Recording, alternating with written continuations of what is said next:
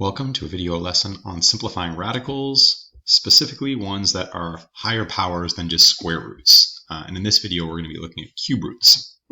So first, a reminder about what it means to simplify a radical at all. And what it says is that simplifying a radical means breaking up the number inside into factors where one of them is a perfect square, so that the perfect square can be removed. So as a reminder, the biggest possible perfect square factor of 72 is 36. 72 can be written as 36 times 2. And using properties of radicals, I can rewrite this. Root of 36 times 2 is the same as the root of 36 times the root of 2. And the root of 36, because 36 is a perfect square, is simplifiable. So this is the simplified version of root 72. It's written as what's called a mixed radical.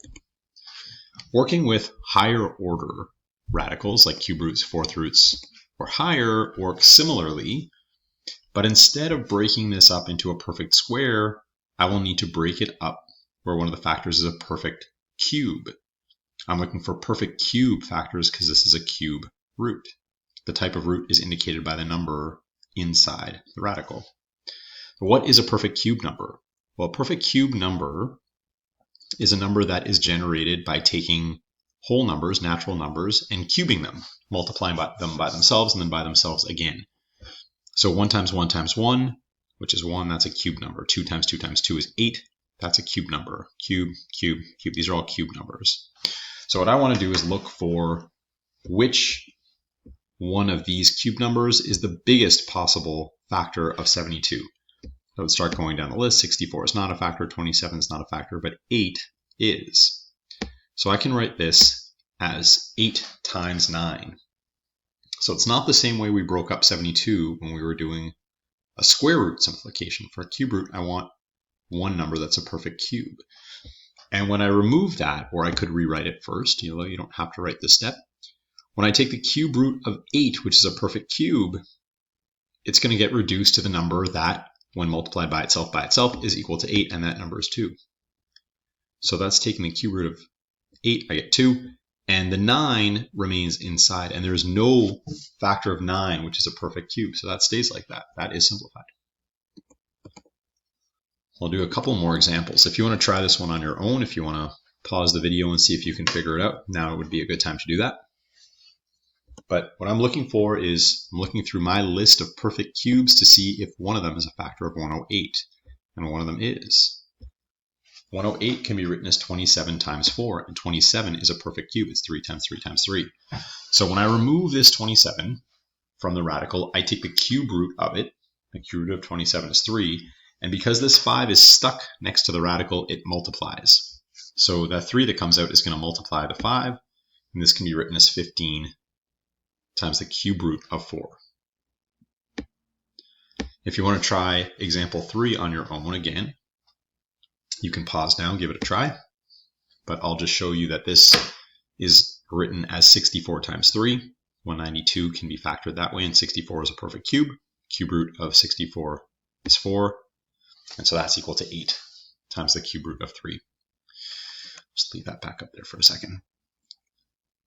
Dealing with examples with variables is again very similar to how we dealt with square roots, except that for the exponents, you're looking for a power whose exponent is divisible by 3 for a cube root, because a cube root is the same as exponent 1/3. But also to show you why, consider this 2 times 2 times 2, which is the same as 2 cubed. That's equal to 8. And when we write that in terms of a root, it's the same as saying the cube root of 8 is 2. So imagine I did x times x times x. That's the same as x cubed. And I could rewrite that in this format, saying that the cube root of x cubed is x. And imagine that I did x squared times x squared times x squared. We know that the multiplication rule for powers is that I add the exponents. That's equal to x to the power 6. And writing that same statement backwards means that the cube root of x to the power 6 is x squared. So if you look at the shortcut, when I take the cube root of this x to the power 3, it became x to the power 1. And when I took the cube root of x to the power 6, it became x to the power 2. The shortcut is that I'm dividing the exponent by 3. It means that I want to break this up into a factor where one of the factors is a power of 3 or multiple of 3. So 125 is already a cube root. This x to the power 13, 13 is not divisible by 3, but 12 is. So I can write x to the power 13 as x to the power 12 times x to the power 1. And then I can take the cube root of this, it's 5. And the cube root of this will be x to the, and then I'll do 12 divided by 3. It's x to the power 4. So finally, if you want to pause and try this one, this is the last one, see if you can figure it out. Now's a good time to do that. And I will go ahead and show you how I did it. So 250 is not a perfect cube. I will have to break it up.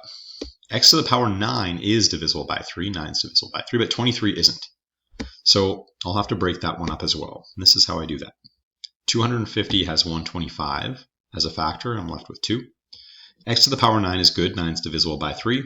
And 23 I have to break up into 21 and 2. Because when I multiply these, it's as if I would add their exponents. And all of these are perfect cubes. So all of those things can come outside of the root. So I'll color code them. When they come out, the cube root of 125 is 5. The cube root of x to the power 9 is x to the power 3. And the cube root of y to the power 21 is y to the power 7. And these things that were left over, they remain inside the root. And that is it.